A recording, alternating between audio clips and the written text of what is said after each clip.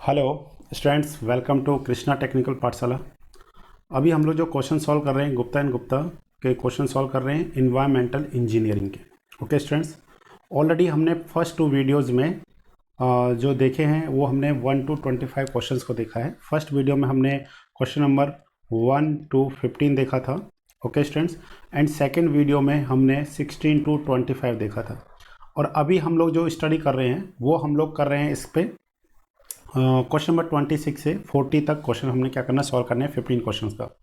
तो question number 26 क्या कह रहा है students, which of the following value of pH represent a strong acid. तो हम लोगों ने कल देखा था हमारे पास क्या होता है, एक पीएच स्केल होता है। यस और नो, हमने किसके बारे में स्टडी किया था, पीएच स्केल। तो पीएच हमारे पास, जैसे पीएच स्केल है हमारे पास, पीएच स्केल। ओके, तो पीएच स्केल कुछ इस तरीके का था कि यहाँ पे हमारे पास पीएच का वैल्यू कितना है 7, जिसको हम लोग क्या बोलते हैं, न्यूट्रल बोलते हैं। इस पॉइंट पे पीएच का वैल्यू कितना हमारे पास 14। ओके, एंड इस केस पे जो ये एंड जो इनिशियल है यहाँ पे क्या है, पीएच का वैल्यू है 0। ओके, तो जैसे हम लोग क्या करते हैं 7 से अगर 0 की तरफ मूव करते हैं तो ये एसिडिक नेचर को शो करता है, और 7 से अगर राइट साइड मूव करते हैं तो ये बेसिक या फिर एल्किनिटी नेचर को शो करता है। तो आप खुद सोचिए यहाँ पे कितना होगा हमारे पास 6, ये हो गया हमारे पास 5, ये हो गया 4, 3, 2, 1, 0। ठीक है, तो सपोज ये हमारे पास हो गया जैसे कि 2 हो गया। तो सबसे स्ट्रॉन्ग एसिड कौन सा होगा बताइए, कि 7 होगा, 7 पे तो क्या होगा, न्यूट्रल होगा। 10 पे कैसा होगा, एल्कलाइन नेचर को शो कर रहा होगा। 5 और 2 पे क्या करेगा, बेसिक स्ट्रॉन्ग एसिडिटी को शो करेगा। बट इन दोनों में से कौन सा ज़्यादा स्ट्रॉन्ग एसिड होगा, वो हमारे पास होगा 2, जिसका पीएच का वैल्यू क्या होगा, कम होगा, वो क्या होगा, स्ट्रॉन्ग एसिड होगा। तो हमारे को कुछ रिलेशन से वो हमको पता होना चाहिए, जैसे कि पीएच, ठीक है, प्लस क्या होता है हमारे पास पीओएच। इसका जब आप सम देखते हैं तो ये किसके इक्वलेंट होता है स्टूडेंट्स, 14 के इक्वलेंट होता है। Okay, pH plus pOH equal to 14 के इक्वल होता है। What is the pH, already हमने लास्ट लेक्चर में देखा था, ये हमारे पास था लॉग बेस में कितना हमारे पास 10 इन ब्रैकेट 1 अपॉन क्या होता है, एच प्लस आयन का क्या होता है, कंसंट्रेशन होता है। और दूसरा हम लोग क्या लिख सकते हैं, इसी को, इसी सेम फॉर्मूले को हम लोग लिख सकते हैं students, P H equal to minus log 10 H plus होता है, कंसंट्रेशन ऑफ हाइड्रोजन आयन का होता है। इस तरीके से हम लोग पीएच का वैल्यू क्या करते हैं स्टूडेंट्स, फाइंड करते हैं। तो ये हमारे को क्वेश्चन अच्छे से क्लियर हो गया, इसमें तो कोई डाउट नहीं रहना चाहिए। ठीक है ना, पीएच क्या होता है ऑलरेडी हमने देखा, पीएच किस इंस्ट्रूमेंट्स की हेल्प से हम लोग मेजरमेंट करते हैं, जैसे कि मैं आपको दिखाता हूँ पिछली वाली वीडियो में। हमने इस वीडियो में सारा कुछ समझने की कोशिश किया था। ठीक है, तो ये हम लोगों ने यहाँ पे देखा था ईच एंड एवरी पॉइंट्स को, कि पीएच जो वैल्यू होता है ऑफ वाटर इंडिकेट था logarithm of reciprocal of hydrogen ion concentration present in water होता है। इसकी हेल्प से हम लोग एसिडिक या फिर एल्केनेटिक ऑफ नेचर पता कर पाते हैं वाटर का, जो प्रोडक्ट होता है एच प्लस आयन का। ठीक है, लास्ट वीडियो में हमने देखा था जो हमारे पास क्या है, ये एच प्लस, और ये हमारे पास हो गया ओ एच माइनस आयन का कंसंट्रेशन का अगर आप मल्टीप्लाई करते हैं तो ये हमारे पास किसके इक्वलेंट होता है, 10⁻14 के इक्वलेंट होता है। तो लास्ट वाले क्वेश्चन का आंसर था डी, क्वेश्चन नंबर 14 का। बट क्वेश्चन नंबर 26 में पूछा कि मोर एसिडिक कौन सा है। नेक्स्ट हमारे पास था कि by help of which instrument आप क्या करते हैं, पीएच की वैल्यू फाइंड करते हैं, तो पोटेंशियोमीटर, जैसे आप क्या करते हैं डायरेक्ट या फिर मतलब हमारे क्या है, इजीली रिजल्ट मिल जाता है। ठीक है, तो ये हमारे पास पीएच के बारे में रिजल्ट्स था। तो नेक्स्ट अब हमने इस क्वेश्चन को देख लिया, क्वेश्चन नंबर 26 आई थिंक आपको क्लियर हो जाना चाहिए। ठीक है, तो अगर आपसे ये पूछा जाता है कि स्ट्रॉन्ग अगर पूछा जाता एल्कलाइन या फिर स्ट्रॉन्ग बेस पूछा जाता, तो स्टूडेंट्स कौन सा आंसर आता है इसमें आंसर आता 10। ठीक है, जिसका पीएच का वैल्यू क्या होगा, ज़्यादा होगा। ओके, नेक्स्ट है हमारे पास क्वेश्चन नंबर 27, इसको समझने की कोशिश करते हैं। Turbidity is measured on standard silica scale, standard cobalt scale, standard platinum scale. ठीक है, थोड़ा सा हम लोग इसको जूम कर लेते हैं आपके लिए, जिससे आपको थोड़ा सा और क्लियर दिखाई देगा। ठीक है स्टूडेंट्स, अब आपको क्लियरली विजिबल होगा। तो यहाँ पे हमारे पास क्या है, turbidity is measured on standard silica scale, standard cobalt scale, standard platinum scale या प्लेटिनम कोबाल्ट स्केल। तो हम लोग देखने की कोशिश कर रहे हैं। सबसे पहले हम लोग समझना चाहते हैं कि what is the turbidity, yes और no. First what is the turbidity, next हम बाकी चीज़ों को पढ़ने की कोशिश करेंगे। तो टर्बिडिटी इन वाटर, जो भी टर्बिडिटी का मतलब होता है गंदापन, ठीक है ना। जैसे हम लोग देखते हैं कोई भी वाटर है उसमें क्या है, डस्ट है, या फिर कोई भी जैसे ग्रास मतलब घास का कोई तिनका है या कुछ भी है, उस तरीके से जैसे हमको यार गंदा सा वाटर है, हम लोग इसको ड्रिंक नहीं करेंगे, मतलब हम इसको पियेंगे नहीं, तो उसी को हम लोग क्या बोलते हैं, टर्बिडिटी बोलते हैं, मतलब देखने में जो अजीब सा लगता है। तो in water is due to presence of finely divided particles of clay, particles हो सकते हैं सिल्ट है या organic matter, living and dead plants और other organism, all in suspension form. किस किस फॉर्म में होना चाहिए, ये पॉइंट आपने ध्यान देना है कि वो सारा किस में होना चाहिए, सस्पेंशन फॉर्म में होना चाहिए। उसको हम लोग क्या बोलते हैं, टर्बिडिटी बोलते हैं। Turbidity is muddiness in water and is measure the suspended colloidal matter which obstruct the passage of the light. जैसे हम लोग टर्बिडिटी फाइंड करते हैं कि किसी भी, जैसे हमारे पास क्या है, कोई भी फॉर एग्जांपल, जैसे फॉर एग्जांपल ये हमारे पास एक ग्लास है, और इस ग्लास में जैसे एक ग्लास हो गया हमारे पास, ये हो गया ग्लास ए, और एक हमारे पास सेम वॉल्यूम का हमारे पास सेकंड ग्लास है, ठीक है ना, और सेम हमने क्या किया, वाटर इसमें हमने रख दिया, जैसे डिस्टिल वाटर रख दिया, और एक ऐसा वाटर है, ये हमारे पास इस ए है और ये हमारे पास बी है, इसमें हमने ऐसा वाटर रखा है जो क्लीन वाटर है। तो जब आप लाइट को इससे पास कराएंगे तो वो एक लॉन्ग डिस्टेंस को क्या करेगा, ट्रैवल करेगा, ठीक है। बट जब आप इससे लाइट को पास कराएंगे, इसमें टर्बिड वाटर है, मीन्स इसमें क्या है, clay, silt, organic matter, dead या फिर लिविंग, जो हमारे पास क्या है, plants, organism, ETC etcetera are available in this water. तो इसमें स्टूडेंट जब आप लाइट को पास करेंगे तो लाइट जो डिस्टेंस ट्रैवल करेगा वो बहुत कम करेगा। अब आपने ध्यान देना है कि जो डिस्टेंस ट्रैवल इज क्या है, इनवर्सली प्रोपोर्शन टू टर्बिडिटी, मतलब डिस्टेंस अगर ज़्यादा ट्रैवल करता है light, means turbidity is less. अगर डिस्टेंस कम ट्रैवल करता है किसी भी वाटर से, तो इसका मतलब उसमें टर्बिडिटी बहुत ज़्यादा है। तो ये इसी चीज़ को बता रहा है, विच ऑब्स्ट्रैक्ट, मतलब उसको रोक रहा है, to passage of the light, ठीक है। तो उसके बेसिस पे हम लोग टर्बिडिटी को पता भी कर पाते हैं। नेक्स्ट स्टूडेंट्स, नेक्स्ट पॉइंट क्या है हमारे पास, a perfectly clear water, okay, a perfectly clear water has turbidity of zero. अगर हमारे पास कोई एक परफेक्टली क्लियर वाटर है, क्लीन वाटर है एकदम, ठीक है, जिसमें हम लोग अपना इमेज देख सकते हैं अच्छे से, उसका टर्बिडिटी क्या होता है, जीरो होता है।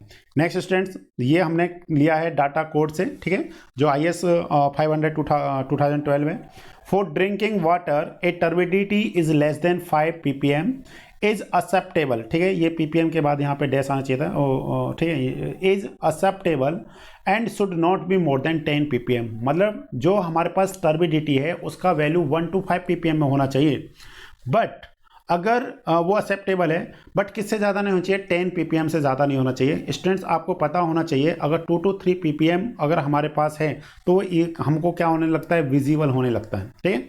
नेक्स्ट है students, turbidity is removed by, अगर किसी वाटर में टर्बिडिटी है तो आप उसको कैसे रिमूव करेंगे, turbidity is removed bye sedimentation with और विदाउट कोगुलेशन। कोगुलेशन कब करेंगे, जब हमारे पास कोलाइडल पार्टिकल्स होंगे बहुत ज़्यादा, तो उसमें हम लोग क्या करते हैं, कोगुलेशन। कोगुलेशन मीन्स केमिकल का ऐड करते हैं, जैसे कि आपके पास एलम हुआ जो सबसे ज़्यादा यूज होता है फॉर ड्रिंकिंग वाटर में, जिसका pH 6.5 to 8.5 के बीच में होता है। एंड देन हम लोग क्या करते हैं स्टूडेंट्स, फिल्ट्रेशन, ठीक है ना। कोगुलेशन के बाद क्या होता है, फ्लोकुलेशन, देन क्या होता है, फिल्ट्रेशन। तो ये हमारे पास क्या है, अगर टर्बिडिटी इज रिमूव्ड बाय, अगर टर्बिडिटी को रिमूव करना है तो कैसे करेंगे, by help of sedimentation with और without coagulation and filtration according the quantity of turbidity present, कि कितना क्वांटिटी आपके वाटर में टर्बिडिटी प्रेजेंट है। नेक्स्ट है to find the turbidity of a given sample of the water. आपने कोई भी एक सैंपल दिया और आपको पता करना है कि उसका टर्बिडिटी कैसे फाइंड करना है, तो हमारे पास क्या है, वेरियस मेथड्स हैं। तो हम लोग क्या करेंगे, first one is the Jackson turbid meter की हेल्प से करेंगे for turbidity range 25 to 1000 milligram per litre. तो आपने ध्यान देना है, जब भी हम लोग ड्रिंकिंग वाटर का टर्बिडिटी फाइंड करेंगे तो जैक्सन टर्बिड मीटर की हेल्प से नहीं करते हैं। रीज़न क्योंकि जो ड्रिंकिंग वाटर है उसमें जो टर्बिडिटी है उसका वैल्यू किससे ज़्यादा नहीं हो सकता है, 10 ppm से नहीं हो सकता है। बट जैक्सन टर्बिड मीटर तो 25 to 1000 मिलीग्राम पर लीटर की क्या कर रहा है, टर्बिडिटी मेजर को क्या कर रहा है, मेजरमेंट करने के काम में आ रहा है। नेक्स्ट है Baylis turbid meter, for turbidity range between 0 to 2 milligram per litre होता है। और लास्ट टाइम मैंने आपको बताया था लास्ट वीडियो में, Jackson turbid meter and Baylis turbid meter both are the based on the principle of absorption of the light, ठीक है ना। एब्जॉर्प्शन ऑफ द लाइट पे क्या करते हैं, both turbid meters are based. Next one is the photometer या nephelometer. ये हम लोग करते हैं नाउडेज, जो हम लोग आजकल यही कर रहे होते हैं, using the principle of scattering of the light. ये किस प्रिंसिपल पे, स्कैटरिंग ऑफ लाइट पे बेस्ड है, और ये अब्जॉर्प्शन ऑफ लाइट पे बेस्ड है। तो ये सारे पॉइंट्स हमको क्लियर होने चाहिए, एग्जाम में काफ़ी बार पूछा जाता है। पर एग्जाम में क्वेश्चन ये था कि ये किस स्केल पर है। तो students please remember this point, okay. The standard unit of turbidity is that which is produced by mixing 1 milligram, ठीक है। हम लोग क्या कर रहे हैं, जो हम टर्बिडिटी फाइंड करेंगे वो कैसे फाइंड करेंगे, 1 मिलीग्राम फाइनली डिवाइडेड SiO2 मतलब सिलिका को हमने किस में डिसॉल्व करना है, 1 लीटर डिस्टिल्ड वाटर में ऐड करने के बेसिस पे, मतलब सिलिका को हम लोग क्या कर रहे हैं, 1 लीटर डिस्टिल्ड वाटर में ऐड करने के बाद हम लोग क्या करते हैं, उसको क्या करते हैं, मेजरमेंट करते हैं, या इस स्केल का हम लोग क्या करते हैं, यूज़ करते हैं। वैसे हम लोग क्या बोलते हैं, जो सिलिका फुलर्स अर्थ, ठीक है। तो ये पॉइंट आपने याद रखना है। नेक्स्ट पॉइंट है students, Jackson turbidometer and Baylis turbidometer are 2 types of turbidometer work on the principle of absorption. ये ऑलरेडी हम लोग पहले से पढ़ चुके हैं। तो स्टूडेंट्स आपको अगर इतना पता है, इतना अगर आपका हो गया है, तो मुझे लगता है कि टर्बिडिटी से जितने भी ज़्यादातर मैक्सिमम क्वेश्चंस आते हैं वो आपके इन्हीं से क्या हो जाएंगे, सॉल्व आउट हो जाएंगे, ठीक है। तो बताइए क्या आंसर आएगा। Turbidity is measured on standard silica scale, yes और नो। कौन से किस पे होगा, स्टैंडर्ड सिलिका स्केल पर होगा, क्योंकि 1 मिलीग्राम सिलिका को हम लोग ऐड करते हैं किसमें, 1 लीटर डिस्टिल्ड वाटर में। तो उसके बेस पे हम लोग क्या करते हैं, टर्बिडिटी को मेजर करते हैं। मेथड्स आर डिफरेंट, ठीक है ना। जैक्सन टर्बिडोमीटर है, बेलिस टर्बिडोमीटर है, फोटोमीटर या फिर नेफ्लोमीटर की हेल्प से हम लोग मेजरमेंट कर रहे हैं। किस किस प्रिंसिपल पे बेस्ड होते हैं, टर्बिडिटी किसके कारण होता है, टर्बिडिटी को कैसे फाइंड करेंगे, सारी चीज़ें। एक होता है जैसे हमारे को अगर क्या पता करना है, कलर पता करना होता है, ये प्लेटिनम कोबाल्ट स्केल के बेसिस पे हम लोग पता करते हैं कलर को। नेक्स्ट है students, on standard silica scale the turbidity in drinking water should be limited. तो हम लोग उसका आंसर क्या कहेंगे स्टूडेंट्स, 10 ppm, ठीक है। कितना होगा हमारे पास, 10 ppm होगा। ध्यान से देखिए कि जैसे अगर हम लोग कोड में देखते हैं, जो हमारे पास कोड है, ठीक है। कोड कौन सा हमारे पास स्टूडेंट्स, IS, आप सभी को पता है कौन सा कोड है, बताइए। ये कोड पता होना चाहिए, काफ़ी बार एग्जाम में क्वेश्चन पूछा जाता है। अभी एक क्वेश्चन एग्जाम हुआ था PS TCL में, असिस्टेंट मैनेजर का हुआ था, सॉरी असिस्टेंट इंजीनियर का, वहाँ पे असिस्टेंट मैनेजर बोलते हैं। तो उस केस में ये क्वेश्चन पूछा गया था। तो कौन सा कोड है स्टूडेंट्स हमारे पास, IS 105002012, ओके। इस कोड को क्या किया जाता है, यूज़ किया जाता है। और ये जो हम लोग देख रहे हैं, this one is the table number 1, okay. Table कौन सा है, ये 1 टेबल है। तो यहाँ पे हमारे को क्या दे रखे students, first one is the serial number, second one is the characteristic requirement, acceptable limit और presence limit in the absence of alternate source. तो सबसे पहले क्या है स्टूडेंट्स, कलर किस पे, किसी यूनिट में, जैसे अगर आपसे पूछा जाए कि कलर का यूनिट के वैल्यू कितना 5 to 15 होना चाहिए, बट आपसे पूछा जाएगा यूनिट, तो हेजेन होता है। नेक्स्ट है जो ऑर्डर मतलब जो समझ रहे हैं ना, ऑर्डर स्मेल जो होता है, तो वो एग्रीएबल, मतलब जब तक आप उसको क्या कर सकते हैं, मतलब बियर कर सकते हैं, तब तक आप करेंगे। अगर उसमें ज़्यादा ऑर्डर होगा तो आप उसको पीने के यूज़ नहीं करेंगे। नेक्स्ट है pH value is the 6.5 to 8.5 is the acceptable limit, ठीक है। नो रिलैक्सेशन उसके बाद में, अगर इससे ज़्यादा आएगा तो नो रिलैक्सेशन। नेक्स्ट है टेस्ट, सेम, अगर वाटर में टेस्ट है तो आप पिएंगे, अदरवाइज नहीं पिएंगे। जैसे टर्बिडिटी NTU की फॉर्म में पूछा इन्होंने, ठीक है ना, STU की फॉर्म में नहीं है, सिलिका जो टर्बिडिटी यूनिट है उसके फॉर्म में ना होकर के, जैसे JTU है, NTU है, तो यहाँ पे कितना 1 to 5 है। और टोटल डिजॉल्व सॉलिड जो स्टूडेंट्स वो 500 इज़ द एक्सेप्टेबल लिमिट, और ये सॉरी स्टूडेंट 2000 है, ना कि 20,000। ये हमारे पास है permissible limit in the absence of alternate source, okay. तो इसलिए इसका आपने याद रखना है कि जो on standard silica scale the turbidity in drinking water should be limited to 10 ppm होगा, ओके। कितना होगा students, 10 ppm is the correct answer. Next हमारे पास क्या है स्टूडेंट्स, नेक्स्ट क्वेश्चन है the residual chlorine in water is determined by. तो देखिए हमारे को पता होना चाहिए रेसिडुअल क्लोरीन का मतलब क्या है, कि देखिए जब हमारे को क्या करना है, जैसे हम लोग क्या करते हैं, जैसे ये हमारे पास सोर्स है, ठीक है। ये हमारे पास क्या सोर्स, फॉर एग्जांपल ये हमारे पास क्या है, जैसे कि रिवर हो सकता है, या फिर हमारे पास क्या हो सकता है जैसे कि ओशियन भी हो सकता है, मतलब क्या हो सकता है सी भी हो सकता है, जैसे जहाँ पे कोई भी नेचुरल वाटर सोर्स नहीं है, जस्ट लाइक एज रिवर नहीं है या कोई कैनाल नहीं है, तो वहाँ पे हम लोग क्या इसका सोर्स लेंगे, सी को सोर्स लेंगे, ठीक है ना। तो हमारे पास सोर्स से हम लोग क्या करते हैं, वाटर को लेकर के जाते हैं। वाटर को हमने क्या कर लिया, ट्रीट कर लिया ट्रीटमेंट प्लांट में, ठीक है। जैसे आपने पता है स्क्रीनिंग होता है, सेडिमेंटेशन है, कोगुलेशन है, फ्लोकुलेशन है, फिल्ट्रेशन है। उसके बाद हमारे पास क्या होता है, एक डिसइंफेक्शन होता है कि अगर कोई भी पैथोजन बैक्टीरिया है तो उसे हमने क्या करना होता है, रिमूवल करना होता है, क्योंकि जो वाटर ड्रिंकिंग पर्पज़ या डोमेस्टिक पर्पज़ के लिए यूज़ कर रहे हैं उसमें पैथोजन बैक्टीरिया क्या होना चाहिए, नील होना चाहिए, ठीक है, जीरो होना चाहिए। तो उसके लिए हम लोग क्या करते हैं, जो डिसइंफेक्शन करते हैं वो by help of the chlorine करते हैं। किसकी हेल्प से कर रहे हैं, जनरली हम लोग किसके हेल्प से करते हैं, क्लोरीन करते हैं। बाकी और भी बहुत सारे हैं हमारे पास, आयोडीन का भी यूज़ किया जाता है, ओजोन का भी यूज़ किया जाता है, यूवी रेज का भी यूज़ किया जाता है, और भी बहुत सारे हैं, बट जनरली हम लोग किसका करते हैं, क्लोरीन का यूज़ करते हैं, ठीक है ना। अब आपने जो वाटर है, सपोज ये हमारे पास यहाँ पे क्या करना है, ये हमारे पास जैसे फॉर एग्जांपल कॉलोनी है, ठीक है, ये जहाँ पे हमारे को क्या करना है, वाटर को सप्लाई करना है, इस जगह पे हमको वाटर को सप्लाई करना है, और यहाँ पे वाटर ट्रीटमेंट प्लांट लगा हुआ है। तो आप खुद सोचिए, जब आप वाटर को यहाँ से यहाँ तक लेकर के जाएंगे तो यहाँ पे तो आपने क्या कर दिया, बिल्कुल उसको जब आपने वाटर में क्लोरीन ऐड कर दिया और इस तरीके से क्लोरीन आपने ऐड किया कि कोई भी पैथोजन बैक्टीरिया नहीं है, तो आप वाटर को सप्लाई कर रहे हैं। पर हमको क्या चाहिए, हमको तो जो यहाँ पे वाटर सप्लाई डिस्ट्रीब्यूशन, जहाँ पे वाटर सप्लाई का क्या हो रहा है, डिस्ट्रीब्यूशन हो रहा है, वहाँ पे इस पॉइंट पे हमारे को जो पैथोजन बैक्टीरिया है उसका वैल्यू 0 होना चाहिए। हो सकता है कि इसमें पाइप में भी तो कोई पैथोजन बैक्टीरिया अवेलेबल हो सकता है ना, पहले से ही छुपा हुआ बैठा है, वाटर में आकर के ऐड हो गया और वो यहाँ पे जाकर के ऐड हो गया। तो उसको क्या करने के लिए, किलिंग करने के लिए, ठीक है ना, उसको किलिंग करने के लिए एक जो एक्स्ट्रा क्लोरीन की ज़रूरत पड़ती है उसी को ही हम लोग क्या बोलते हैं, रेसिडुअल क्लोरीन बोलते हैं। समझने की कोशिश करिए कि एक तो क्लोरीन, जैसे क्लोरीन जो रिक्वायर्ड है कि भाई इतना क्लोरीन चाहिए इस वाटर को क्या करने के लिए, पैथोजन बैक्टीरियाज को किलिंग करने के लिए, बट हम लोग क्या करते हैं एक्स्ट्रा, जिसको हम लोग फ्री क्लोरीन बोल रहे हैं, वो भी हम लोग प्रोवाइड करते हैं, जिससे क्या है कि जो रास्ते में जो वो पाइप है जिससे वो ट्रैवल कर रहा है वाटर, उसमें भी कोई भी पैथोजन बैक्टीरिया है तो उसको क्या कर सके, किलिंग कर सके। अब जैसे ओजोन का हम लोग जनरली यूज़ नहीं करते हैं, क्यों, क्योंकि ओजोन जो होता है वो इंस्टेंटली क्या करता है, सारे बैक्टीरियाज को किलिंग कर देता है, बट वो रेसिडुअल फॉर्म में अवेलेबल नहीं होता है। यही रीजन होता है कि क्लोरीन को यूज़ किया जाता है, क्योंकि वो रेसिडुअल, उसके पास क्या होती है, एक स्ट्रेंथ होती है, एक पावर होती है, ठीक है। तो आप समझ गए होंगे कि रेसिडुअल क्लोरीन क्या है।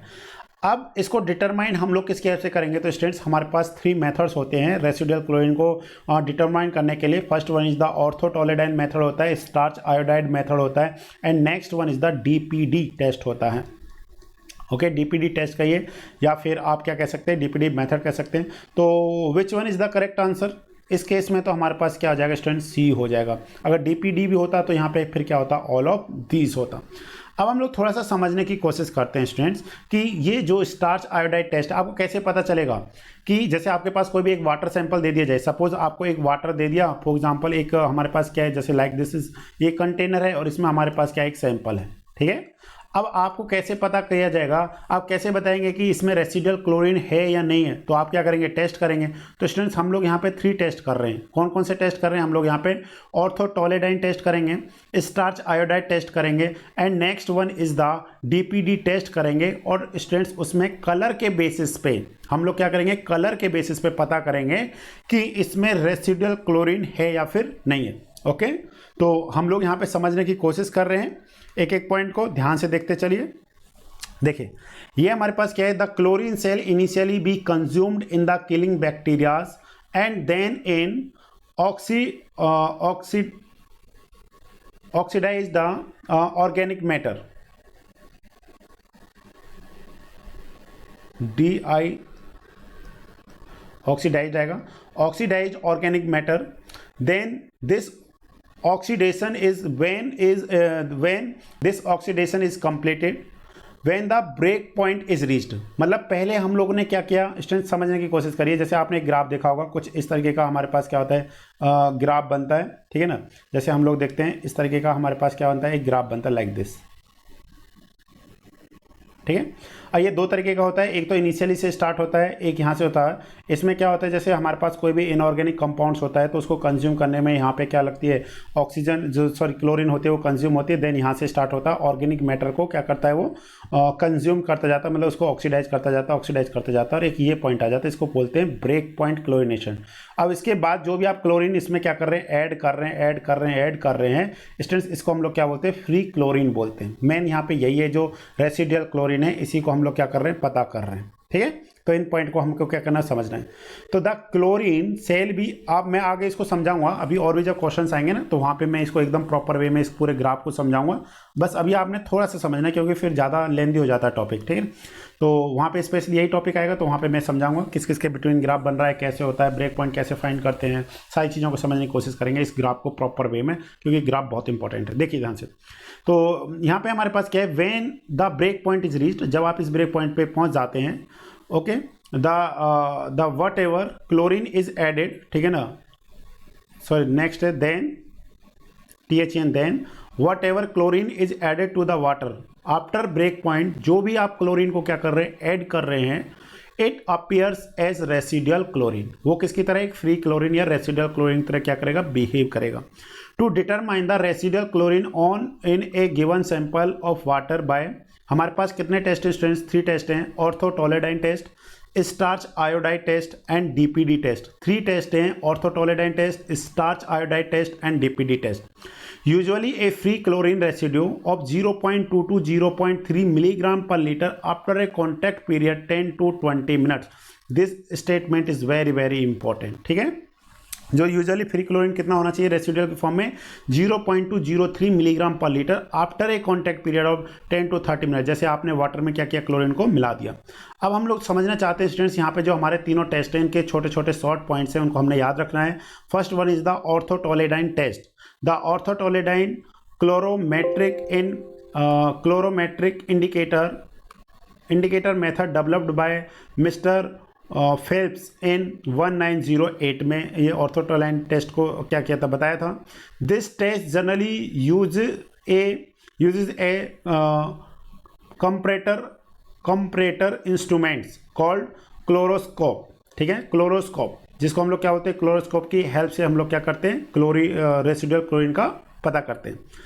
अब कैसे पता करेंगे स्टूडेंट्स, ध्यान से देखिए, when which help in comparing the colour developed in water with orthotolidine reagent. आपने क्या किया, एक सैंपल लिया, ठीक है, जो भी आपने हमारे पास क्या सैंपल, जिस सैंपल में आपको पता करना है कि इसमें रेसिडुअल क्लोरीन है या नहीं है, आपने उस सैंपल में क्या किया, ऑर्थोटोलेडाइन रिएजेंट को क्या किया, उसमें ऐड कर दिया with the standard colour developing at different values of free chlorine in form of the slides. ठीक है, अब जब आपने ऑर्थोटोलेडाइन को इसमें वाटर सैंपल में ऐड किया तो किस टाइप का कलर डेवलप होना चाहिए जिससे आप ये बता सकें कि इस वाटर में रेसिडुअल क्लोरीन है या नहीं है। तो स्टूडेंट्स उसके लिए इंपॉर्टेंट पॉइंट है ए येलो कलर। कौन सा कलर स्टूडेंट्स, ए येलो कलर क्या होना चाहिए, दिखना चाहिए यहाँ पे, ठीक है ना, येलो कलर। तो ये इंपॉर्टेंट पॉइंट था, yellow colour will developed indicating the presence of free chlorine. तो आपको पता हो जाना चाहिए कि अगर ऑर्थोटोलेडाइन टेस्ट अगर आप कर रहे हैं, किसके लिए, ये पता करने के लिए कि वाटर में रेसिडुअल क्लोरीन है या नहीं है, तो उसके लिए कैसा कलर होना चाहिए स्टूडेंट्स। जब वाटर में आपने ऑर्थोटोलेडाइन मिला देते हैं तो वो कलर होना चाहिए स्टूडेंट्स येलो। कैसा कलर होना चाहिए स्टूडेंट्स, येलो कलर अवेलेबल होना चाहिए। अगर येलो कलर डेवलप होता है तो वो किस चीज़ को प्रेजेंस को बताता है, फ्री क्लोरीन की प्रेजेंस को बताता है। नेक्स्ट टेस्ट कौन सा स्टूडेंट हमारे पास, ये स्टार्च आयोडाइड टेस्ट। इसी ये हमारे पास कैसा एक ओल्ड टेस्ट है, ठीक है ना, कैसा ये ओल्ड टेस्ट है, ठीक है, और अभी भी हम लोग जनरली कभी कभी इसका यूज़ भी करते हैं।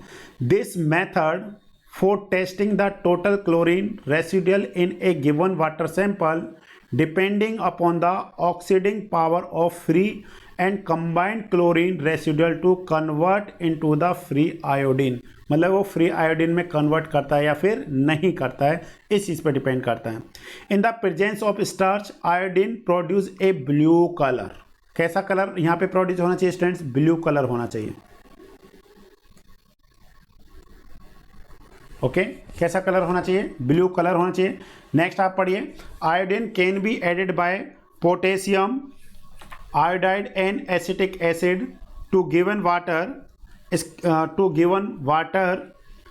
quantitatively measured by titration, the iodine released with a standard solution of reducing agent such as sodium thiosulfate. तो इस बेसिस पे हम लोग क्या कर सकते हैं स्टूडेंट्स, पता कर सकते हैं कि वहाँ पे किस तरीके से हम लोग रेसिडुअल क्लोरीन के बारे में क्या कर रहे हैं, पता कर पा रहे हैं। एक सेकेंड स्टूडेंट्स, बस मैं आपको ये बता देता हूँ कि जो रिएक्शन है वो किस तरीके से हमारे पास हो रहा है, ठीक है। जैसे हमारे पास यहाँ पे क्या है, इस स्टेटमेंट को समझना हमने, the oxidising power of free and combined chlorine residual of convert into a free iodine. मतलब जैसे अगर हम लोग क्या कर रहे हैं Cl2 प्लस 2I माइनस, ये क्या हो गया हमारे पास, ये हमारे पास क्या है यहाँ पे आयोडीन आयंस है, क्या है आयोडीन आयंस। तो ये कन्वर्ट होकर के क्या बन जाएगा I2 प्लस, ये हो जाएगा 2Cl माइनस में कन्वर्ट होता है। मतलब what is this is the free iodine, okay. और जब ये आयोडीन किसके साथ रिएक्शन करता है, जो फ्री आयोडीन है, जब ये स्टार्च के साथ रिएक्शन करता है, इसके साथ रिएक्शन कर रहा है स्टार्च, तो ये हमको कैसा कलर देगा स्टूडेंट्स, एक हमको ब्लू कलर देगा। कैसा कलर देगा, ब्लू कलर। अगर ये ब्लू कलर हमको प्रोवाइड करता है तो ये किस चीज़ को रिप्रेजेंट कर रहा है, ये रिप्रेजेंट कर रहा है कि वहाँ पे रेसिडुअल क्लोरीन है या फिर नहीं, ठीक है। ये हमारे पास था। तो नेक्स्ट हम लोग अच्छे से समझ सकते हैं इन चीज़ों को। Next one is the DPD test. कौन सा टेस्ट है स्टूडेंट्स, डीपीडी टेस्ट है। तो DPD test is based and conducted on the following principle. ये क्या है, न्यू टेक्नोलॉजी को क्या करता है, यूज करता है। When N diethyl P phenylene diamine, ठीक है, डीपीडी का फुल फॉर्म आपको पता होना चाहिए।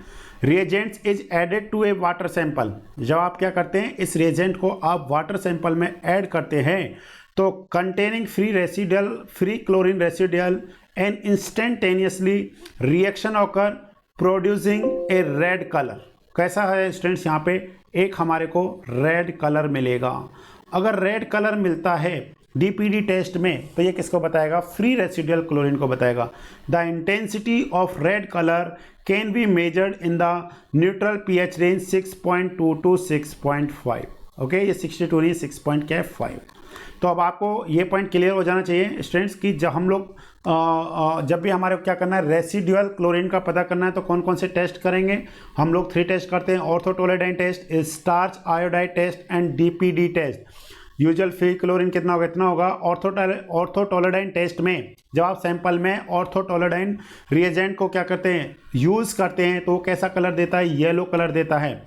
अगर आप स्टार्च आयोडाइड टेस्ट में करते हैं तो यहाँ पे क्या होता है, पहले जो हमारे को फ्री आयोडीन चाहिए, जब फ्री आयोडीन को आप किसके साथ, स्टार्च के साथ रिएक्शन करते हैं तो एक ब्लू कलर मिलना चाहिए। अगर ब्लू कलर मिलता है तो वो फ्री रेसिडुअल क्लोरीन को रिप्रेजेंट करता है। Next one is the DPD test. जब आप इस डीपीडी रिएजेंट को वाटर में ऐड करते हैं तो वहाँ पे फ्री रेसिडुअल क्लोरीन को पता करने के लिए कैसा कलर प्रोड्यूस होना चाहिए, वो रेड कलर प्रोड्यूस होना चाहिए। तो उसके बेसिस पे हम लोग क्या करते हैं स्टूडेंट्स, पता कर लेते हैं कि कितना हमारे पास रेसिडुअल क्लोरीन है या फिर नहीं है। आई थिंक ये टॉपिक अब आपको अच्छे से समझ में आ गया होगा। Residual chlorine in water is determined bye help of the starch iodide method and orthotolidine method and DPD test. So what is the correct answer? Both A and B is correct answer. DPD is not available in the options. Okay? अब आप देखिए, अब इस question का आप answer easily दे सकते हैं क्योंकि हमने इसके बारे में बहुत अच्छे से स्टडी कर लिया है। Orthotolidine test is used for determine of dissolve oxygen. Dissolve oxygen के लिए कौन सा टेस्ट करते हैं स्टूडेंट्स, हम लोग व्रिंकलर्स टेस्ट करते हैं। कौन सा करते हैं, व्रिंकलर्स टेस्ट करते हैं। तो इसका आंसर आएगा रेसिडुअल क्लोरीन। तो रेसिडुअल क्लोरीन हम लोग किसकी हेल्प से, ऑर्थोटोलेडाइन टेस्ट की हेल्प से क्या करते हैं, फाइंड करते हैं। नेक्स्ट क्वेश्चन है स्टूडेंट्स हमारे पास क्वेश्चन नंबर 31। आप क्वेश्चन नंबर 31 को समझने की कोशिश करते हैं स्टूडेंट्स। यहाँ पे if the total hardness of a water is greater than its total alkalinity then carbonate hardness will be equal to. तो हमने क्या समझना है स्टूडेंट्स, प्लीज़ यहाँ पे समझने की कोशिश करिए। ऑलरेडी मैं आपको पहले से समझा चुका हूँ कि what is the hardness and what is the alkalinity. ठीक है, alkalinity is due to hydroxide ion, carbonate and bicarbonates. ठीक है ना, ये किसके कारण होता है, जो एल्केनिटी है, एल्केनिटी इज ड्यू टू जो रीज़न है, कॉजेज हैं, वो क्या हमारे पास, hydroxide ion, carbonate ion and bicarbonate. Okay, इन सब के कारण एल्किनिटी क्या होती है, जब आप टोटल एल्किनिटी क्या करेंगे, फाइंड करेंगे टोटल एल्किनिटी। तो इन सब की कंसंट्रेशन को आप पता कर सकते हैं in terms of CaCO3, yes और no, in terms of CaCO3 simple सा होता है हमारे पास।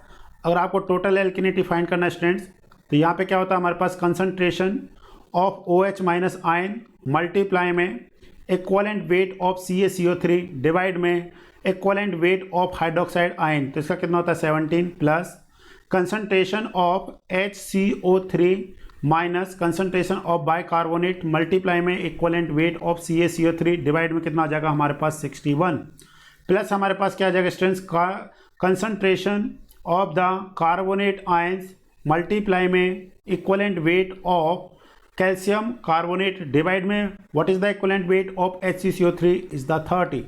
इसकी हेल्प से हम लोग क्या करते हैं, पता करते हैं। और कभी कभी आपने देखा होगा कि कुछ हाइड्रोजन आयन भी रहते हैं उसमें, तो माइनस क्या आ जाएगा, H प्लस का कंसंट्रेशन हो जाएगा, ठीक है। मल्टीप्लाई में कितना आ जाएगा 50 डिवाइड में 1, इस तरीके से आप पता कर सकते हैं। बट जनरली किसके कारण होता है, hydroxide ion, bicarbonate and carbonate ions के ही कारण होता है। अब टोटल हार्डनेस, जो टोटल हार्डनेस है स्टूडेंट्स, ये किसके कारण होता है, ये होता है divalent cation. It is due to sulphate, carbonate, nitrate और सल्फेट क्लोराइड्स, ठीक है ना। जो हमारे पास क्या है, एक तो टेम्पररी हार्डनेस है और दूसरा कौन सा होता है हमारे पास, परमानेंट हार्डनेस है, ठीक है ना। ये टेम्पररी लिख दे रहे हैं हम लोग यहाँ पे, temporary hardness it is due to carbonate and bicarbonate, okay, carbonate and bicarbonate of multivalent cation. ध्यान से समझिए, टोटल जो temporary hardness is due to carbonate and bicarbonate of multivalent cation, जैसे for example Ca2 plus and magnesium 2 plus. और भी है हमारे पास जैसे कि एल्यूमिनियम 3 प्लस, ये भी क्या हमारे पास मल्टीवेलेंट कैटाइन है। स्ट्रॉन्शियम, ठीक है ना, Sr। तो ऐसे बहुत सारे हैं, परंतु जो मेन रोल है वो किस किस का, ओनली कैल्शियम एंड मैग्नीशियम का है। बट जो हमारे पास परमानेंट हार्डनेस है, ये क्या है, क्लोराइड, ठीक है ना, जैसे कि सल्फेट, ठीक है, सल्फेट हो गया। और हमारे पास क्या आ जाएगा, नाइट्रेट, ओके, नाइट्रेट, ये हो जाएगा H2NO3, तो 2 माइनस, ठीक है। तो ये हमारे पास क्या आ जाएगा, इन सब के कारण of calcium 2 plus and magnesium 2 plus, इन सब के कारण क्या होती है, एक हमारे को परमानेंट हार्डनेस मिलती है। तो आप सभी को पता है temporary hardness is removal by boiling of water, but completely removal नहीं होता है। तो उसके लिए हम लोग क्या करते हैं, लाइम ट्रीटमेंट करते हैं, और फिर उसके बाद लाइम सोडा ट्रीटमेंट करते हैं। अगर आपको जीरो हार्डनेस चाहिए तो उसके लिए हम लोग क्या करते हैं स्टूडेंट्स, आयन एक्सचेंज प्रोसेस करते हैं, जिससे हमारे को जीरो हार्डनेस मिलता है, ठीक है ना। तो ये सारे मेथड हैं। अब मेन जो हमारे पास क्वेश्चन है, क्वेश्चन कह रहा है कि हमारे को पता करना कि कार्बोनेट हार्डनेस जैसे हमको पता करना है, तो एक तो हमारे पास है टोटल एल्किनिटी और एक है हमारे पास टोटल हार्डनेस। तो carbonate hardness is the minimum of both, whichever is minimum, okay, whichever is minimum। इन दोनों में से जो मिनिमम होगा वही किस चीज़ को बताएगा, कार्बोनेट हार्डनेस को बताएगा। अगर आपको पता करना है व्हाट इज द NCH, तो NCH इक्वल टू कितना आ जाएगा total students, total hardness minus CH। ध्यान से देखिए, तो मैं यहाँ पे एक रिलेशन लिखने जा रहा हूँ आपको, वो आपने याद रखना है। रिलेशन क्या है, रिलेशन ये है, if TH, okay, total hardness is greater than total alkalinity, okay। तो इस केस में हमारे पास स्टूडेंट्स बताइए, इस केस में what is the CH means carbonate hardness equal to किसके हो जाएगा, total alkalinity. And what is the NCH equal to कितना आ जाएगा हमारे पास, टोटल हार्डनेस माइनस क्या लिख सकते हैं हम लोग, CH, ब्रैकेट में क्या लिख सकते हैं आप, TA, टोटल एल्किनिटी भी लिख सकते हैं, या फिर एल्किनिटी, ठीक है। एल्किनिटी लिखिए या फिर आप क्या लिखिए, टोटल एल्किनिटी, ठीक है।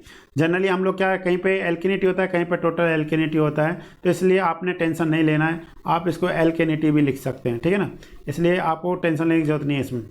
और नेक्स्ट हमारे पास क्या होगा स्टूडेंट्स, सेकेंड हमारे पास कंडीशन क्या है, इफ TH मतलब total hardness is less than alkalinity,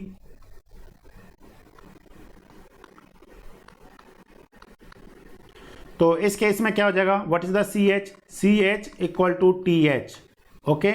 and what is the N C H, अगर आपको एन सी एच का वैल्यू देखना है तो N C H equal to किसके हो जाएगा स्टूडेंट्स, 0 के इक्वल हो जाएगा, ओके। ये हमारे को पता होना चाहिए। और एक होता है pseudo hardness, pseudo hardness is due to sodium, okay. तो ये सारे पॉइंट्स आपको अच्छे से क्लियर हो जाने चाहिए। तो अब आप बता सकते हैं what is the correct answer. देखिए एक बार ध्यान से, if the total hardness of water is greater than, मतलब क्या कह रहा है, total hardness is greater than total alkalinity, okay, total alkalinity. The carbonate hardness, तो सी एच किसके इक्वल हो जाएगा स्टूडेंट्स, यहाँ पे टी ए के इक्वलेंट हो जाएगा, यस और नो। तो किसके इक्वल हो जाएगा, टोटल एल्केनिटी के इक्वलेंट होगा। ये हो गया ए ऑप्शन। अगर आपसे पूछा जाता what is the N C H, okay, अगर आपसे पूछा जाता कि एन सी एच का वैल्यू बताइए, देन जो हमारे पास क्या है, सी option is correct.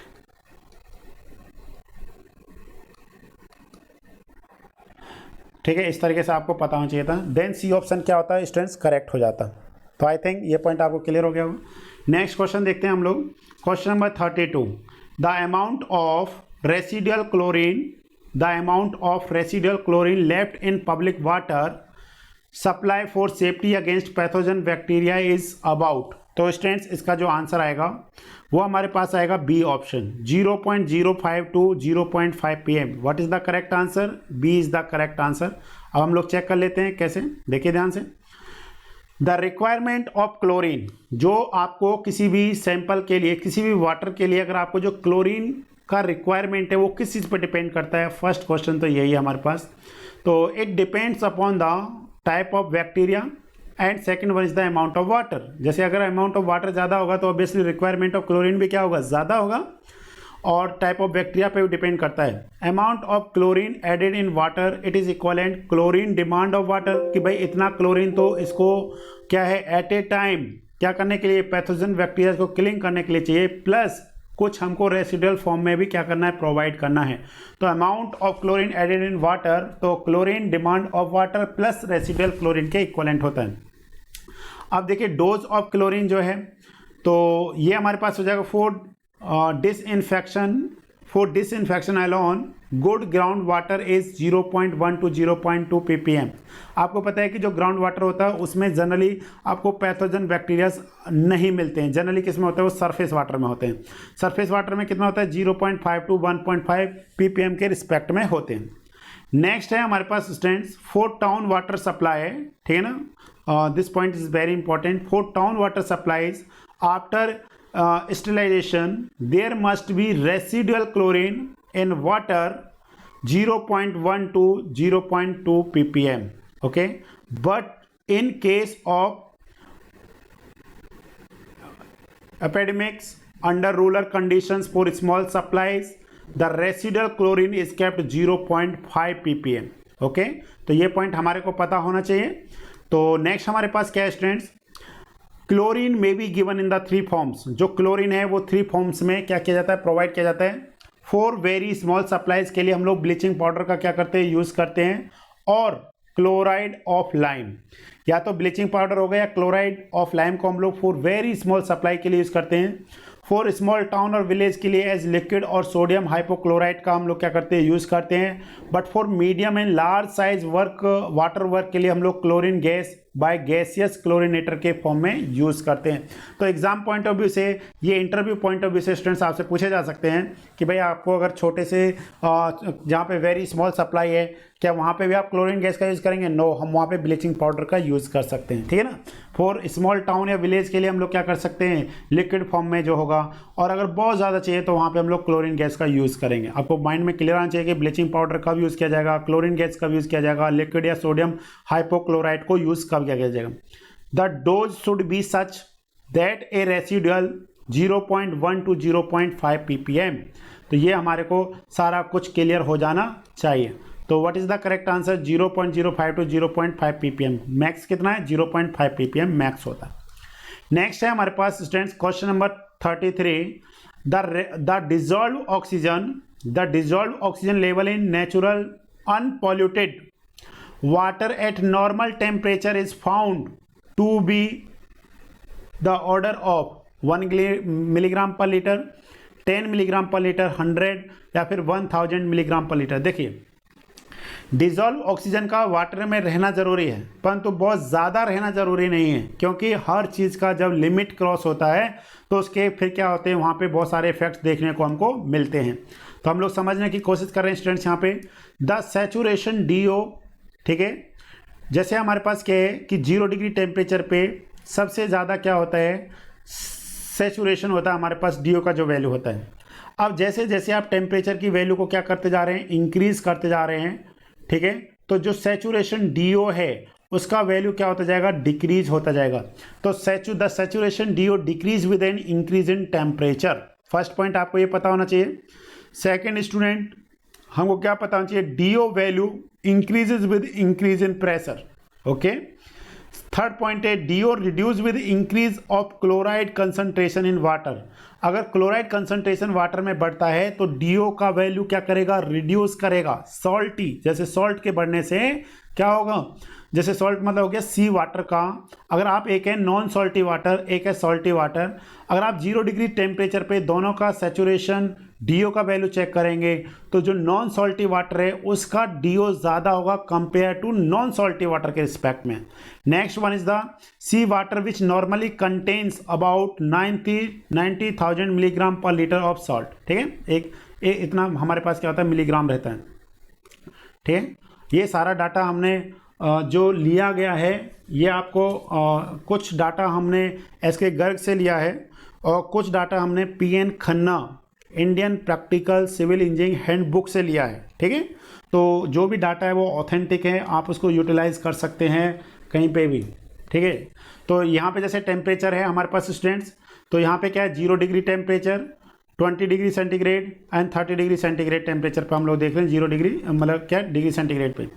Non salty water में DO देखेंगे 0 डिग्री पे कितना है, 14.6 मिलीग्राम पर लीटर, 20 पे कितना 9.2 एंड 30 पे कितना 7.6। बट वही अगर सी वाटर में 0 डिग्री पे देखेंगे तो कितना होगा, 11.2 मिलीग्राम। तो बोलिए किसका ज़्यादा है, इसमें क्लोराइड कंटेंट किस में ज़्यादा होंगे, सॉल्टी वाटर ये है ना, जो सी वाटर है सॉल्टी वाटर है, तो क्लोराइड आयन कंसंट्रेशन बढ़ने से DO का वैल्यू क्या कर रहा है स्टूडेंट्स, डिक्रीज कर रहा है। तो इसलिए 14.2 से कितना हो गया, 11.2 मिलीग्राम पर लीटर हो गया।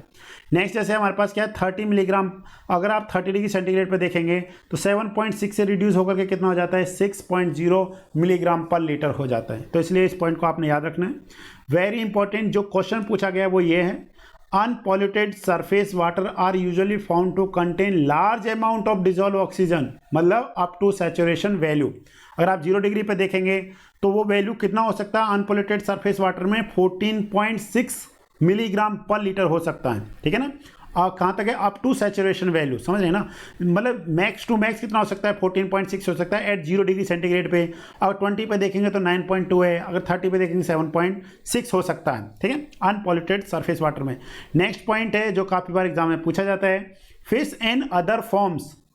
ठीक है, fish and other forms aquatic life in natural surface water usually need a minimum DO कितना होता है स्टूडेंट्स, 4 मिलीग्राम पर लीटर। इस क्वेश्चन को काफ़ी बार पूछा गया है, BPSC लेक्चरर के एग्जाम में पूछा गया था, 2015 में एग्जाम हुआ था। ठीक है, उसमें भी पूछा गया था और काफ़ी बार बहुत सारे स्टेट JEE SDO में पूछा जाता है, इवन ESC में भी इस क्वेश्चन को पूछा गया है। ठीक है, ESC गेट इस क्वेश्चन को सब जगह पे पूछा गया है। तो स्टूडेंट्स आप इन पॉइंटों को क्या रख सकते हैं, याद रख सकते हैं।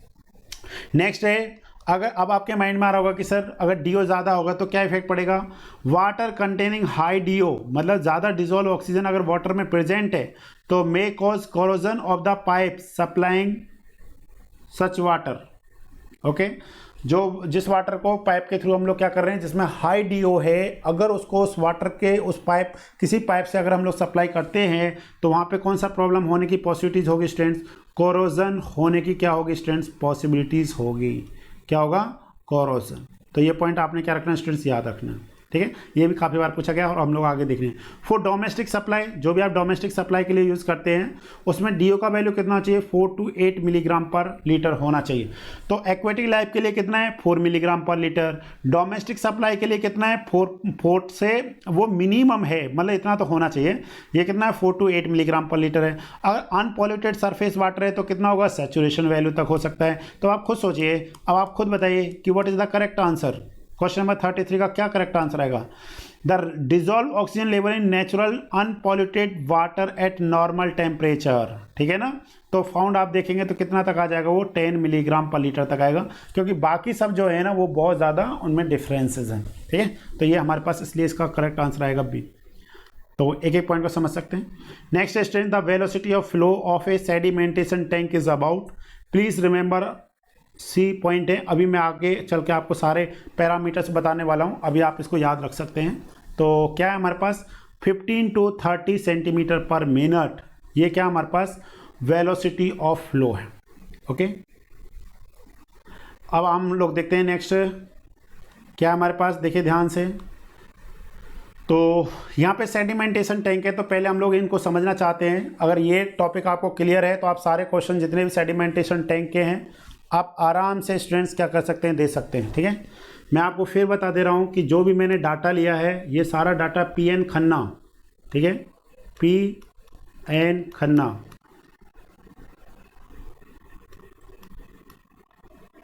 PN Khanna and SK Garg, ठीक है।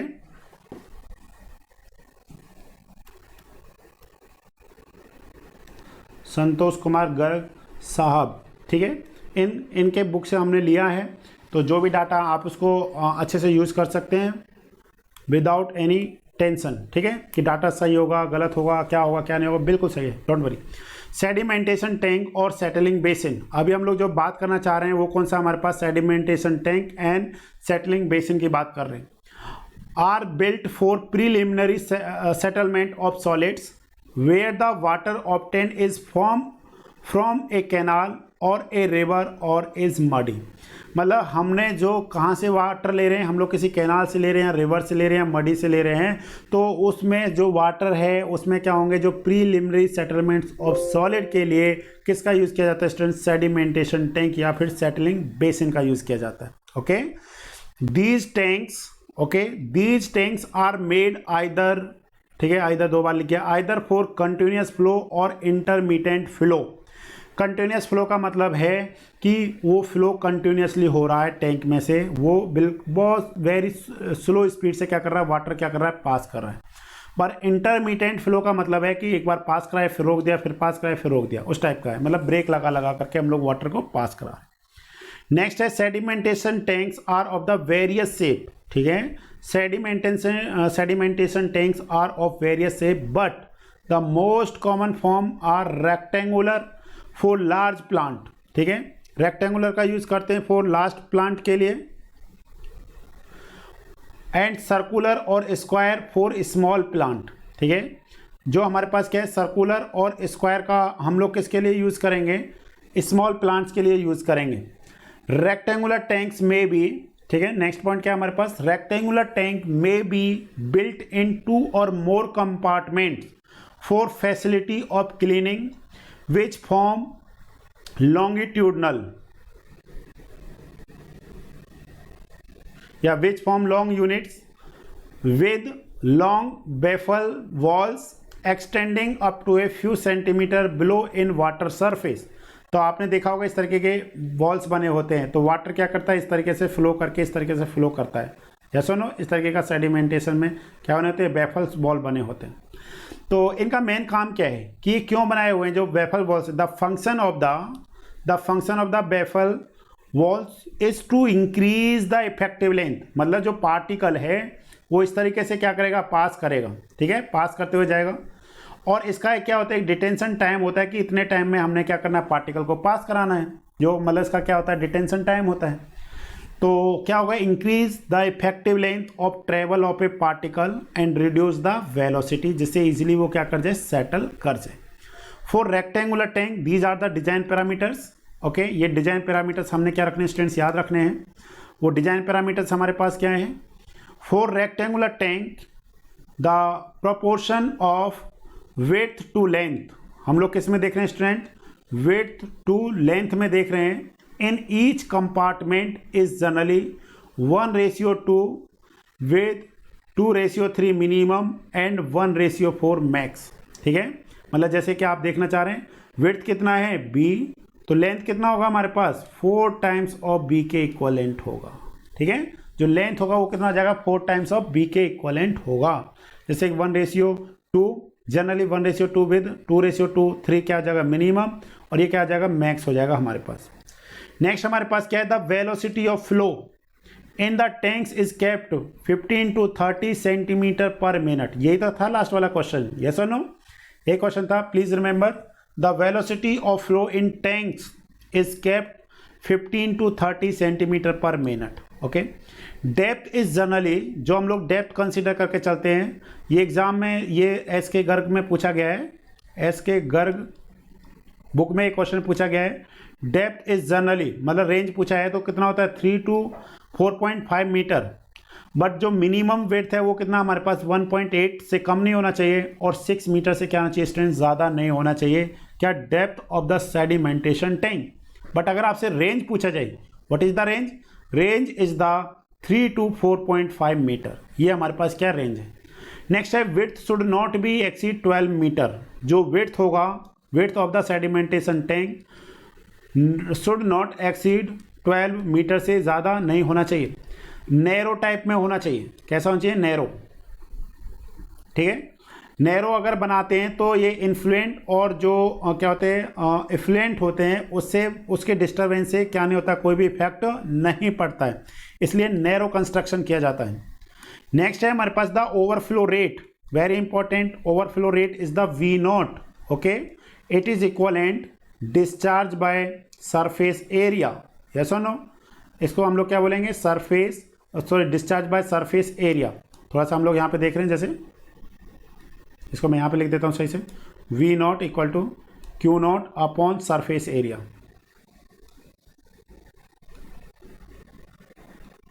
सरफेस एरिया किसके इक्वलेंट है students, B/L। Okay, V0 equal to, इसको हम लोग किस किस नाम से जानते हैं ये ध्यान दीजिए, कहीं पे आपको क्या लिखा मिलेगा, ओवरफ्लो वेलोसिटी, ओवरफ्लो रेट, या फिर ये हो जाएगा हमारे पास सरफेस ओवरफ्लो रेट, या फिर सरफेस लोडिंग रेट, या फिर लिक्विड वेलोसिटी। इसको हम लोग किसके नाम से भी जानते हैं, लिक्विड वेलोसिटी के नाम से भी जानते हैं, कि जिस वेलोसिटी से क्या कर रहा है, लिक्विड पास कर रहा है। ठीक है, तो ये पॉइंट आपने क्या रखना है, याद रखना है। तो कितना होता है हमारे पास, the overflow rate is 500 to 750। क्या कितना है स्टूडेंट्स, यहाँ पे हम लोग लिख दे रहे हैं, इसको ध्यान से देखिए, हम लोग यहाँ पे लिख रहे हैं V0।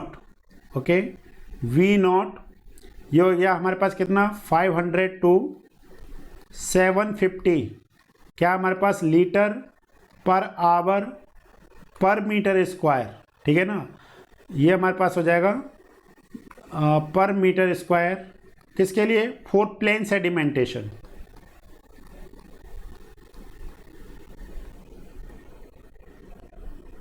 और जो V0 का वैल्यू है ये हो जाएगा हमारे पास 1000 to 1400। Okay, 1000 to 1400 litre per hour per metre square, four किसके लिए हो जाएगा, अगर आप उसमें कोगुलेशन यूज करते हैं।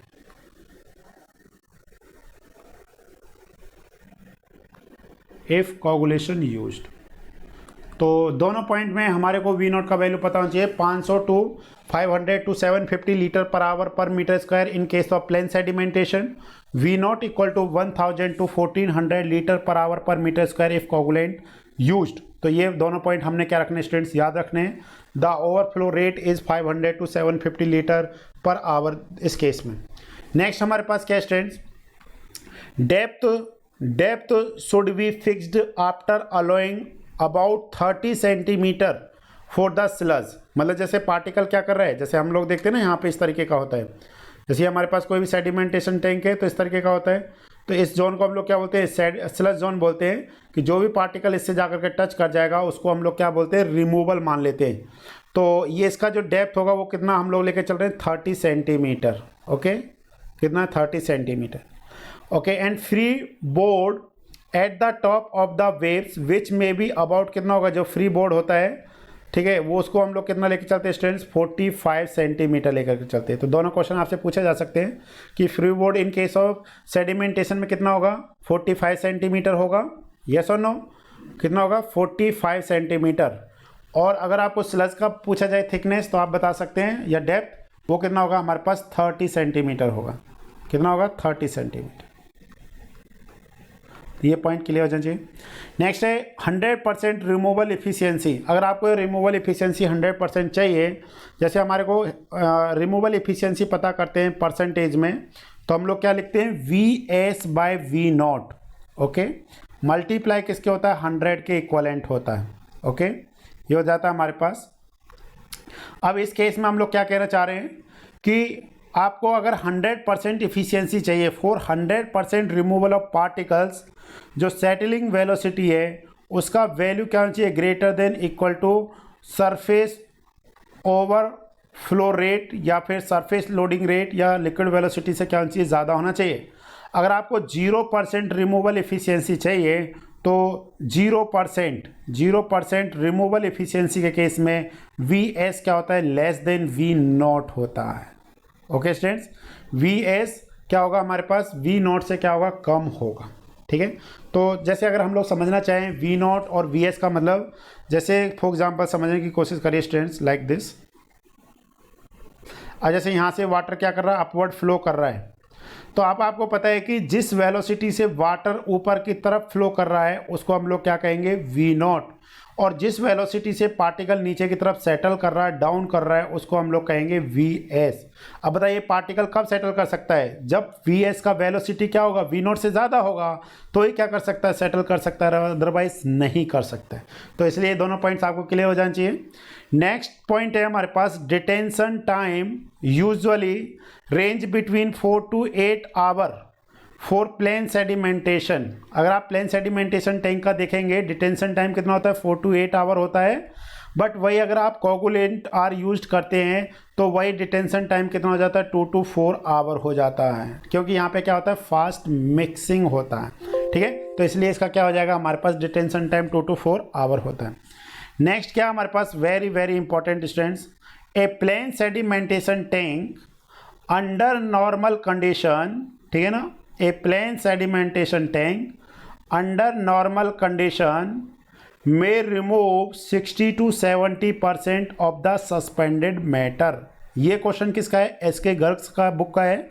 ठीक है, and about 80 to 90% of bacteria present in a raw water are reduced by plain sedimentation for a period of 24 hour. तो ये क्वेश्चन किसका है गुप्ता एंड गुप्ता का है। तो ये दोनों का मर्ज है, ये आपको डाटा याद होना चाहिए स्टूडेंट्स। किसी भी स्टूडेंट्स को अगर ये सारे डाटाज पता है तो मुझे लगता है कि उसको बहुत सारी हेल्प हो जाएगी किसी भी एग्ज़ाम में, अगर वो मतलब किसी भी एग्ज़ाम में को देने के लिए जाता है, JEE हो, AE हो, ESE हो, गेट हो, दुनिया भर का कोई भी एग्ज़ाम दे रहे हैं आप, आपको बहुत हेल्प हो जाएगा स्टूडेंट्स। और स्टूडेंट्स जो भी अगर किसी भी स्टेट की आप प्रिपरेशन कर रहे हैं तो आप हमारे कृष्णा टेक्निकल जो पाठशाला से जुड़ सकते हैं। ठीक है ना, हमारा जो चैनल है वो है कृष्णा टेक्निकल पाठशाला। ओके, और स्टूडेंट्स हमारा ऐप है KTP क्लासेस, प्ले स्टोर से आप डाउनलोड कर सकते हैं।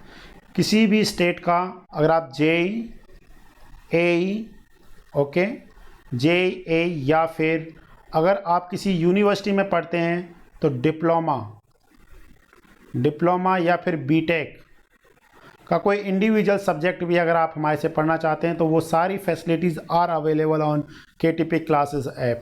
ओके स्टूडेंट्स, तो आप विज़िट कीजिए, प्ले स्टोर से डाउनलोड कीजिए KTP क्लासेस ऐप को, और इस डिस्क्रिप्शन में भी हम लोग आपको प्रोवाइड कर देंगे उसका, तो आप आराम से पढ़ सकते हैं, कोई भी आपको दिक्कत नहीं आएगी। तो क्वेश्चन देखिए स्टूडेंट्स, क्वेश्चन क्या है, question number 35, the length of the rectangular sedimentation tank should not be more than.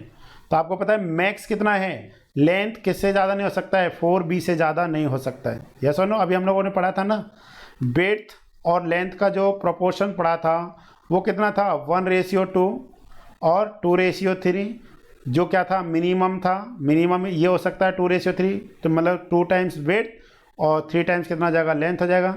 और जैसे के का किसी भी पैरामीटर के, बट जो मैक्स है, मैक्स हम लोगों ने कितना पढ़ा था, 1:4 is the max, means 1 time. जैसे ये क्या हो गया, बी और जो लेंथ है वो कितना हो सकता है, 4 टाइम्स बी के हो सकता है, इससे ज़्यादा नहीं हो सकता है। तो what is the correct answer students?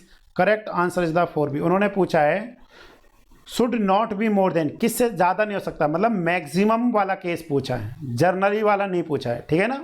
अगर यहाँ पे होता जनरली के केस में 1:2 भी हो सकता है, टू मतलब मिनिमम के केस में पूछा जाएगा तो 2:3 हो जाएगा। ओके, नेक्स्ट क्वेश्चन क्या student, the overflow rate for plain sedimentation tank.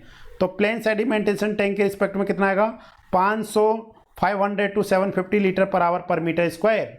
अगर यही पूछता इफ कोगुलेंट इज एड, तब हमारे पास आंसर क्या होता है स्टूडेंट्स, 1000 क्या है हमारे पास, litre per hour per metre square to 1400 litre per hour per metre square होता। तो इसलिए इस पॉइंट को आप क्या कर सकते हैं, समझ सकते हैं। नेक्स्ट है हमारे पास students, the percentage of bacterial load that can be remove from water by the process of the plain sedimentation is about 80 to 90%, but which option is correct, reduce कर देता है तो सी ऑप्शन इज करेक्ट। तो 100 तो हो नहीं सकता, ठीक है ना, तो इसलिए आपको याद रखना है 75% इज द करेक्ट आंसर। इसका सी आ जाएगा, इसका क्या हो जाएगा स्टूडेंट्स, ए हो जाएगा, ठीक है। और जो इससे पहले वाला क्वेश्चन था इसका क्या आंसर आ जाएगा, इसका जो करेक्ट आंसर आएगा स्टूडेंट्स वो हमारे पास आ जाएगा सी। तो इस तरीके से अगर आप पढ़ेंगे ना आपको बहुत हेल्प हो जाएगा। कोई भी एग्जाम, अगर आपको डिजाइन पैरामीटर आए, कहीं पे भी एसएससी मेंस में आते हैं या कहीं पे भी आते हैं, आपसे ये सारे पैरामीटर लिख दीजिए, टीचर तो इतना खुश हो जाएगा, वो समझ नहीं पाएगा कि यार मैं आपको नंबर बराबर ही दूँ या ज़्यादा दे दूँ, ठीक है।